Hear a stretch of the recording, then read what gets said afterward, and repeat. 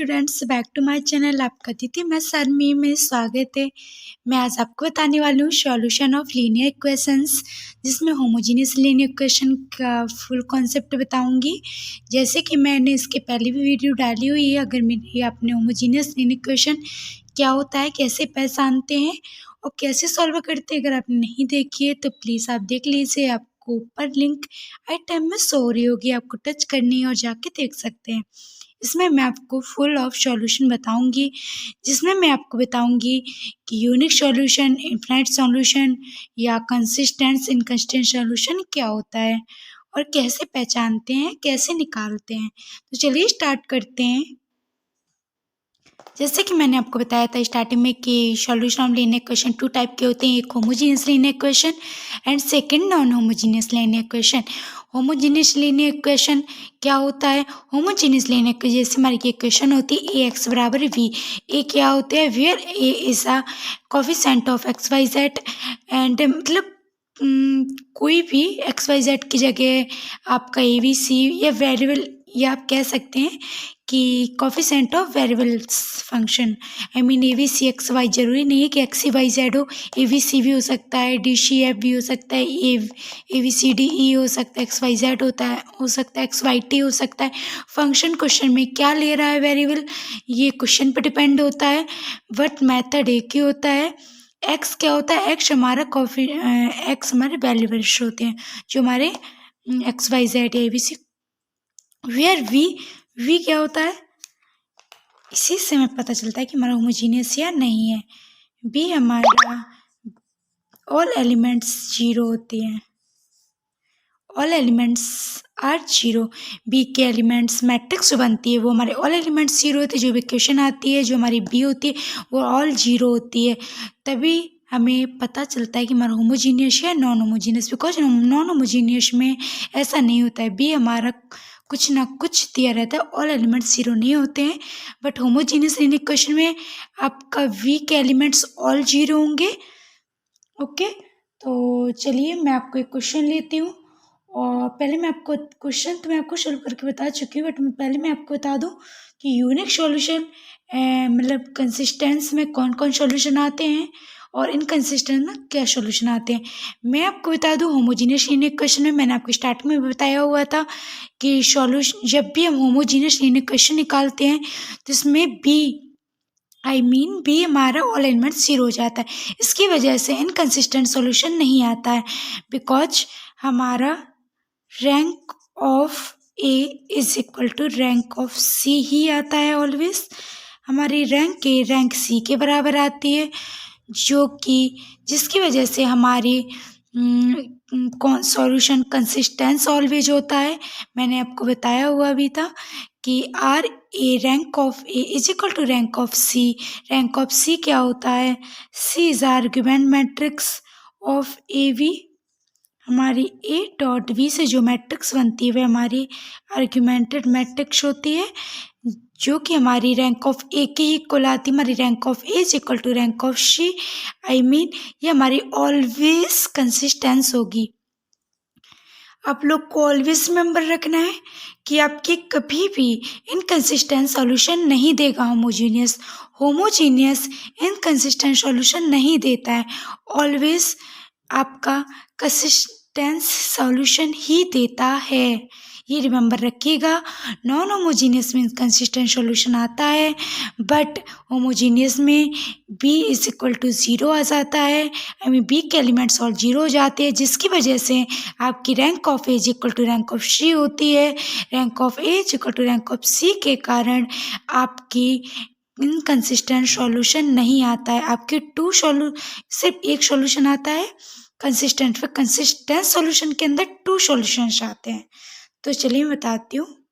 क्योंकि मैंने आपको डेफिनेशन भी लिख दी है, अगर आप लोग को समझ नहीं आए तो आप लोग डेफिनेशन भी लिख सकते हैं। मैंने हाइड कर दी थी, बिकॉज अगर मैं इसमें अगर आपको डेफिनेशन लिखते हुए बताती तो काफ़ी लॉन्ग वीडियो हो जाती, जिसकी वजह से मैंने लिख दी है, जिससे टाइम बच सके, लॉन्ग वीडियो ज़्यादा ना हो। तो लिखा हुआ यही मैंने लाइन लिखी है, rank of A is equal to rank of C. Thus, in case of linear equation, rank of C is equal to rank of A. ये एक ही चीज़ है, rank of A rank of C के बराबर आए या rank of C rank of A के बराबर आए. I mean rank of C की वैल्यू भी 3 होगी तो rank of A की वैल्यू भी 3 होगी. I mean जो हमारी C की रैंक निकलेगी वही हमारी rank of वही हमारी A की रैंक निकलेगी. ओके, तो यही बताया गया है. Thus, in case of linear equation, linear equations, rank of C is equal to rank of A, then the equations are must be consistent. ये लाइन रिमेंबर रखिएगा, consistence, and they gives a solution. कभी कभी आप लोगों से ये भी question में बन जाता है कि ये कौन सा सॉल्यूशन देगा, नो सॉल्यूशन देगा या अ सॉल्यूशन देगा. ये अ सॉल्यूशन, तो आप लोगों को अ सॉल्यूशन में टिक करना है कि ये हमारा कोई ना कोई सॉल्यूशन देगा. नो सॉल्यूशन होमोजीनियस कभी भी नहीं देता है. ओनली नॉन होमोजीनियस सॉल्यूशन में ही नो सॉल्यूशन आता है, बट होमोजीनियस में कंसिस्टेंस और मस्ट बी का मतलब समझ रहे, जरूरी है कि हमारा कंसिस्टेंट सॉल्यूशन ही होगा. दे गिव्स अ सॉल्यूशन, और ये हमें एक सॉल्यूशन देगा जो कि हमारे 2 टाइप्स के सॉल्यूशन होते हैं. एक हमारा यूनिक सॉल्यूशन,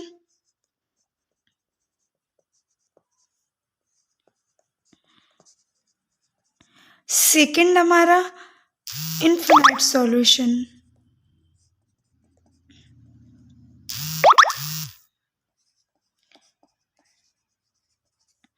तो हमारे 2 टाइप्स के सॉल्यूशन देगा, एक यूनिक सॉल्यूशन फर्स्ट और second number infinite solution. Unique solution क्या होता है, इनफिनाइट सॉल्यूशन क्या होता है, चलिए मैं इसको बताती हूँ आपको डिटेल से.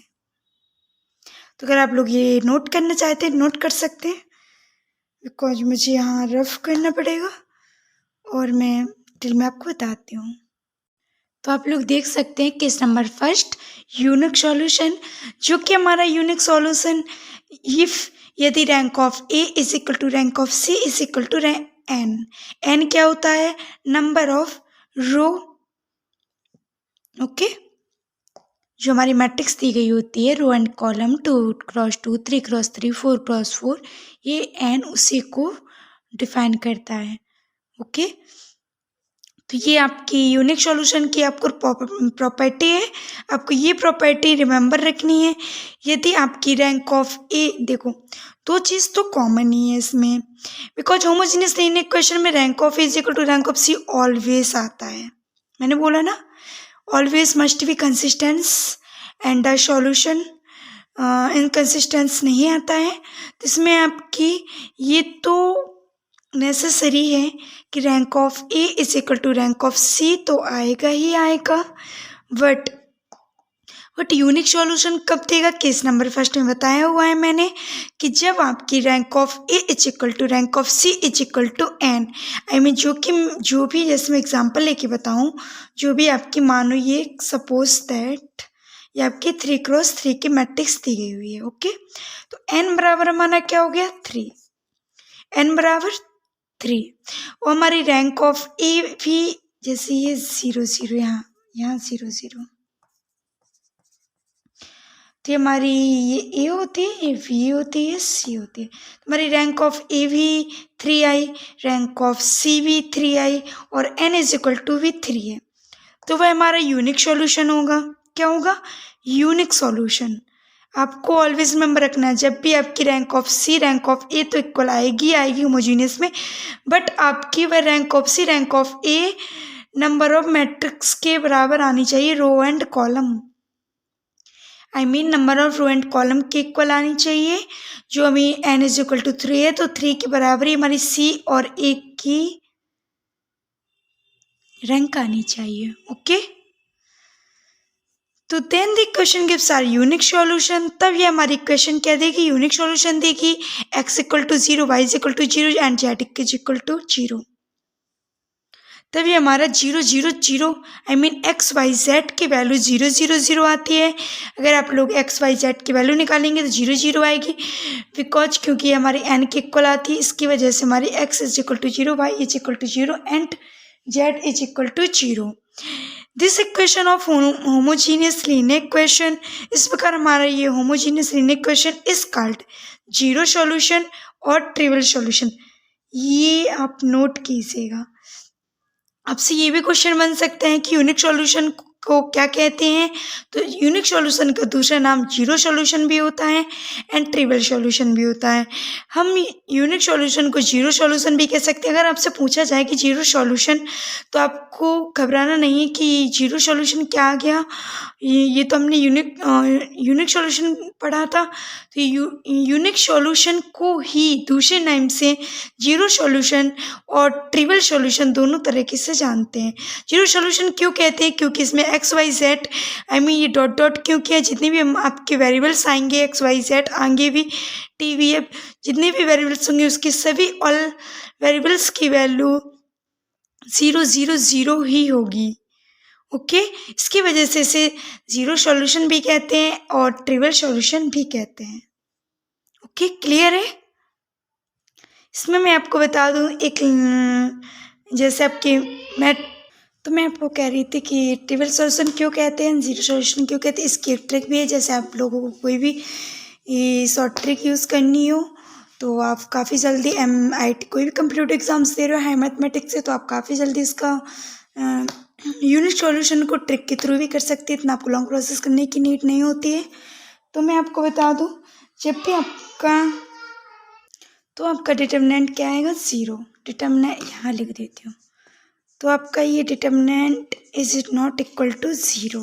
आई मीन आप जब भी जैसे कि मैं आपको बताया भी था कि रैंक ऑफ मैट्रिक्स की भी ये शॉर्ट ट्रिक होती है कि जब भी आप रैंक ऑफ मैट्रिक्स निकालें, आपकी रैंक ऑफ मैट्रिक्स अगर number of row and column की इक्वल आ रही है तो उसकी आपकी जो आप डिटर्मिनेंट निकालेंगे तो रैंक ऑफ ए कह सकते हैं, रैंक ऑफ सी भी कह सकते हैं, क्योंकि rank of C is equal to rank of A ही होती है, क्योंकि वी हमारा 0 0 होता है, इससे कोई मतलब नहीं होता है। तो आप इसको इस तरह भी लिख सकते हैं कि determinant of C is not equal to 0। तो एक ही बात है। तो अगर आप रैंक ऑफ ए निकालेंगे, रैंक ऑफ सी निकालेंगे तो इसकी determinant is not equal to 0 आएगी। क्योंकि मैंने ये आपकी रैंक निकालने की भी ट्रिक होती है।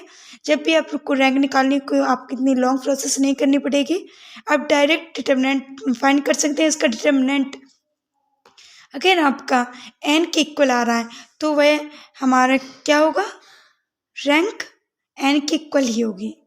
बट अगर उसकी रैंक आपकी डिटर्मिनेंट 0 आएगा तो आपकी रैंक 3 से छोटी होगी, less than and equal to होती है।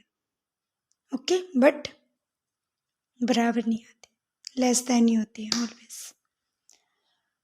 तो चलिए हम इन्फिनाइट सॉल्यूशन पे ले चलते हैं। Question number 2, infinite solution. Infinite solution क्या होता है उस पर फोकस करते हैं। इस प्रकार केस नंबर 2 लेते हैं, इन्फिनाइट सॉल्यूशन। इन्फिनाइट सॉल्यूशन क्या होता है? इन्फिनाइट सॉल्यूशन इसका अपोजिट होता है। जैसे कि आपको फिर से बता रही हूँ, rank of A is equal to rank of C तो ऑलवेज इक्वल ही आता है, बिकॉज क्योंकि हमारा होमोजीनियस लीनियर इक्वेशन की प्रॉपर्टी आप बोल लीजिए कि इसका जब भी आप होमोजीनियस लीनियर इक्वेशन निकालते हैं तो आपकी ऑलवेज कंसिस्टेंस आती है। आई मीन सॉल्यूशन देता है, because rank of A is equal to rank of C. I mean एक की रैंक सी की रैंक इक्वल ही आती है।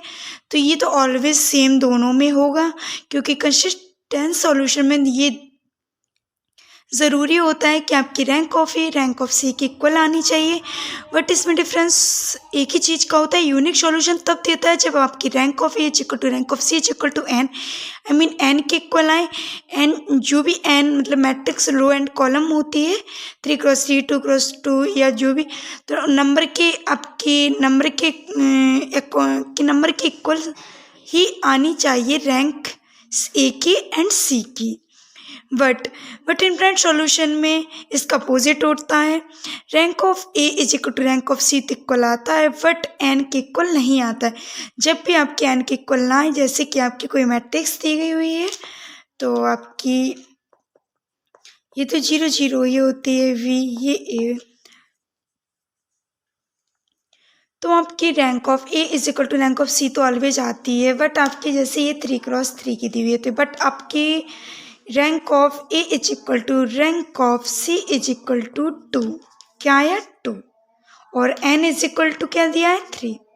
तो इस तरह आपकी सॉल्यूशन इन्फिनाइट सॉल्यूशन कहलाता है। अगर आपका इस तरीके से इक्वेशन आप मैट्रिक्स सॉल्व करते हैं और आपकी rank of A rank of C number से कम आती है, number of row and column से कम आती है, आई मीन जो आपकी n इक्वल टू 3 है उससे कम आ रही है, तो आपको वह इन्फिनाइट सॉल्यूशन देगा। अगर आपके नंबर की इक्वल आ रही है तो वह आपको यूनिक सॉल्यूशन देता है। इस प्रकार if rank of A is equal to rank of C is not equal to n, ये आपकी प्रॉपर्टी होती है। कभी कभी आपसे डायरेक्ट प्रॉपर्टी भी पूछ ली जाती है कि इसकी प्रॉपर्टी क्या होती है, तो आपको ये प्रॉपर्टी भी याद होनी चाहिए। Then the equation gives infinite solution. This solution of homogeneous linear equation is called non zero. यहाँ क्या बोला हुआ था? Zero solution. जीरो क्यों बोला हुआ था? क्योंकि इसमें जितने भी कंपोनेंट्स मतलब XYZ वेरिएबल्स फंक्शन है उसके सभी की वैल्यू 0 0 0 ही आती है। अगर आप फाइंड करेंगे यहाँ XYZ जो भी हम इक्वेशन लेते हैं तो उसकी जब हम सॉल्व करते हैं मैट्रिक्स और फाइंड करते हैं XYZ या और भी कंपोनेंट्स दिए हुए हैं कोफिशिएंट, तो आप उसकी फाइंड करेंगे XYZ वेरिएबल्स की, तो आपकी 0 0 0 ही आएगी। इसलिए हम इसे zero solution and trivial solution भी कहते हैं। एंड इसकी एक मेन ये भी होता है कि इसका जब भी आप डिटर्मिनेंट चेक करेंगे इसका determinant is not equal to zero आता है, इसकी वजह से भी ये यूनिक सॉल्यूशन देता है। बट इन्फिनाइट सॉल्यूशन ये non zero solution, I mean इसके XYZ की कुछ ना कुछ वैल्यू निकलती है, इसकी 0 0 सॉल्यूशन नहीं आता है एंड इसे नॉन ट्रिवियल सॉल्यूशन भी कहते हैं। और एक बात और, इसकी जो भी डिटर्मिनेंट निकालेंगे तो उसका डिटर्मिनेंट अब तो आपको पता चल ही गया होगा कि इसका डिटर्मिनेंट इज ज़ीरो। इसका डिटर्मिनेंट ज़ीरो के इक्वल ही आता है। क्यों आता है? डिटर्मिनेंट हमारा जब भी जीरो आता है तो आपकी बताया हुआ था कि जब भी आपका जीरो आता है तो n के छोटा होगा लेकिन बराबर नहीं होता। ओके, तो इसकी वजह से इसे हम क्या कहते हैं? Infinite solution. आई मीन आपको क्लियर वर्ड में बोलूँ कि if determinant A is not equal to zero, इसमें इस A is not equal to zero होता है। If determinant A is not equal to zero then the rank of A is equal to n के equal आती है, तो हमारी rank of A N के ही इक्वल आएगी।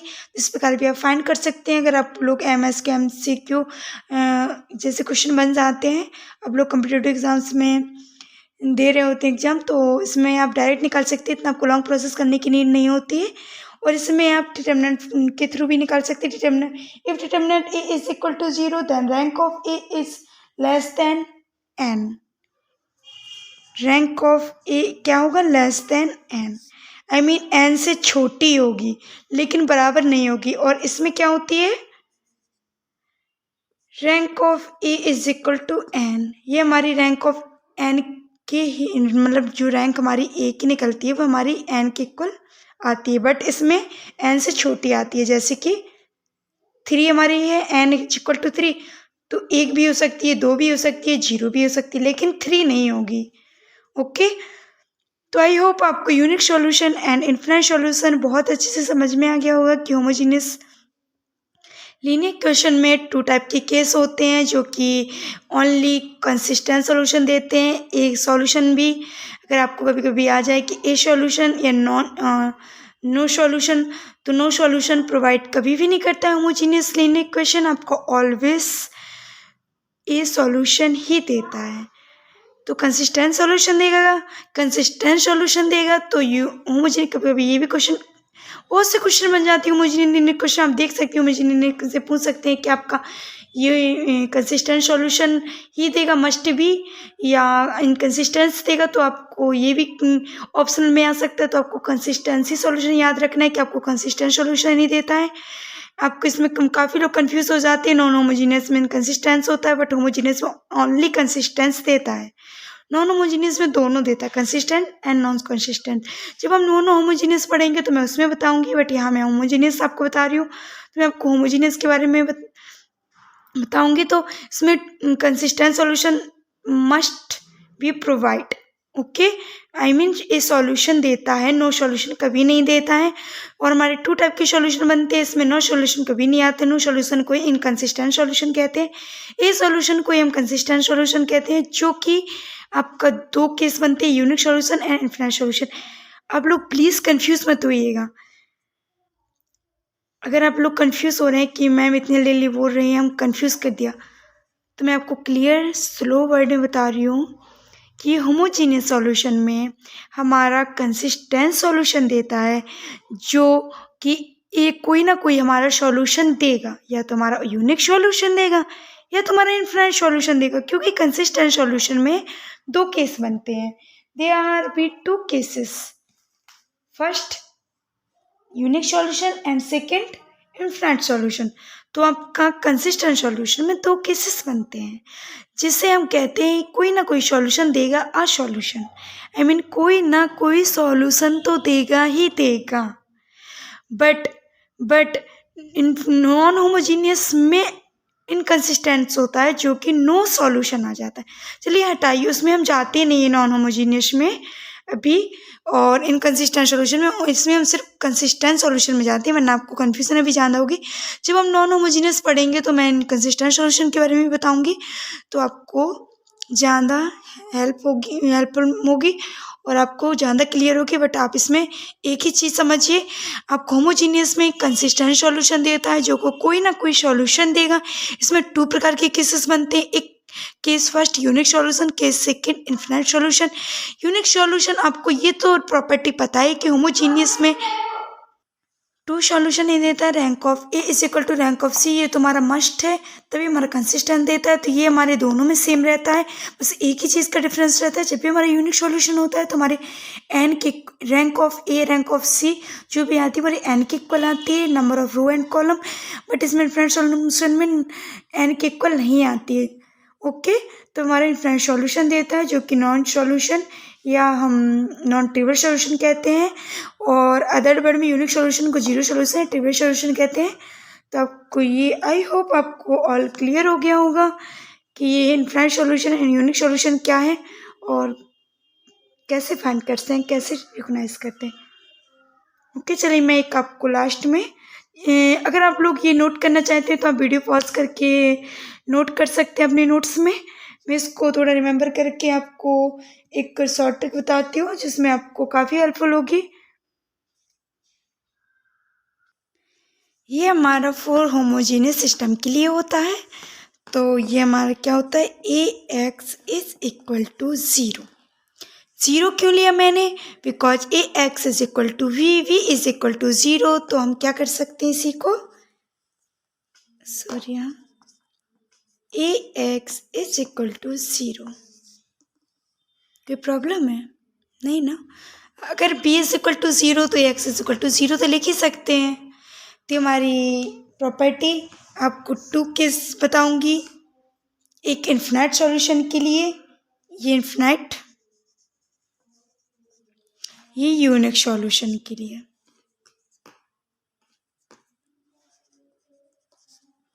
यूनिक सॉल्यूशन, ओके, ये यूनिक इनफिनाइट सॉल्यूशन के लिए, ये यूनिक सॉल्यूशन के लिए। तो आपको ये रिमेंबर रखनी है, जब हमारे इनफिनाइट सॉल्यूशन में क्या क्या होता है एंड यूनिक सॉल्यूशन में क्या होता है। इनफिनाइट सॉल्यूशन में हमारा determinant A is equal to zero होता है, सभी हमारा determinant A is equal to zero आया था, वह हमारा इनफिनाइट सॉल्यूशन देगा। एंड यूनिक सॉल्यूशन में इसके अपोजिट होता है, determinant of A is not equal to zero. And infinite solution में क्या होता है, जब ये हमारा इनफिनाइट सॉल्यूशन देता है, क्या देता है, इनफिनाइट सॉल्यूशन, और ये हमारा क्या देता है, यूनिक,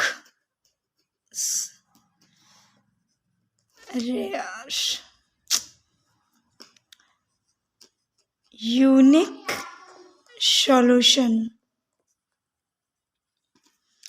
तो determinant of A is equal to zero. तो आपका ये प्रोसेस है, आपको determinant A is equal to zero आ रहा है तो इनफिनाइट सॉल्यूशन देगा। फोर होमोजीनियस में, नॉन होमोजीनियस में नहीं, ओनली होमोजीनियस के लिए बता रही हूँ अभी। और unique solution, determinant of A is not equal to zero, then unique solution. इसी को हम नॉन ट्रिवियल सॉल्यूशन भी कहते हैं। क्या कहते हैं, नॉन ट्रिवियल सॉल्यूशन। एंड इसी को हम नॉन ज़ीरो सॉल्यूशन भी कहते हैं। आपसे पूछ लिया जाए इनफिनाइट सॉल्यूशन या इनफिनाइट सॉल्यूशन को क्या कहते हैं, कभी कभी क्वेश्चन ये भी बन जाते हैं इनफिनाइट सॉल्यूशन को हम क्या कहते हैं, non trivial solution, non zero solution, trivial solution, zero solution या अ सॉल्यूशन। तो आपको ये भी ऑप्शन में क्वेश्चन बन जाते हैं। इसको हम क्या कहेंगे, ट्रिवियल सॉल्यूशन। क्या कहेंगे, ट्रिवियल सॉल्यूशन। इस और थर्ड में जीरो सॉल्यूशन। इस प्रकार इसमें भी आपके क्वेश्चन बन जाते हैं। यूनिक सॉल्यूशन क्या कहते हैं, trivial solution, zero solution, non trivial, non zero. तो काफ़ी क्वेश्चन बन जाते हैं, आपको रिमेंबर रखनी है कि determinant of is equal to zero तो इनफिनाइट सॉल्यूशन देता है, जिसे हम नॉन ट्रिवियल सॉल्यूशन भी कहते हैं एंड नॉन जीरो सॉल्यूशन भी कहते हैं। अगर determinant A is not equal to zero तो यूनिक सॉल्यूशन कहते हैं, trivial solution and zero solution. Okay, एक चीज़ और मैं बता देती हूँ, अभी तो मैंने आपको नहीं पढ़ाई है नलिटी, बट मैं नलिटी भी पढ़ाई है, मैंने शायद वीडियो डाली हुई है, आप लोग वीडियो देख सकते हैं, मैंने वीडियो डाली हुई है। Nullity of A is greater than and equal to 1 then solution infinite. तुम्हारा सॉल्यूशन इसका क्या होगा, infinite solution. And nullity of A is equal to zero. क्या, zero. Nullity of A is equal to zero आएगी तो वह हमारे unique solution देगा। आप ऐसे ही फाइंड कर सकते हैं। अगर आपको रैंक, अगर आप लोग रैंक निकाल सकते हैं तो रैंक काफ़ी मेथड है। देखिए, अगर आपकी नलिटी ये भी क्वेश्चन मिल जाए, नलिटी आपकी क्या होनी चाहिए, जीरो आएगी तो कौन सा सॉल्यूशन देगा, इनफिनाइट सॉल्यूशन देगा या नॉन ट्रिवियल सॉल्यूशन देगा। अगर नलिटी ऑफ ए एक से ज़्यादा या एक के इक्वल आएगी तो कौन सॉल्यूशन देगा। तो काफ़ी ज़्यादा क्वेश्चन आपके ऑप्शन में बन सकते हैं, तो आपको ये भी पॉइंट्स याद रखने हैं। Nullity of A is equal to zero, determinant A हमारा जीरो के इक्वल नहीं आएगा, कुछ ना कुछ आएगा। Rank of A is equal to rank of C is equal to n, ये तब हमारा यूनिक सॉल्यूशन देता है।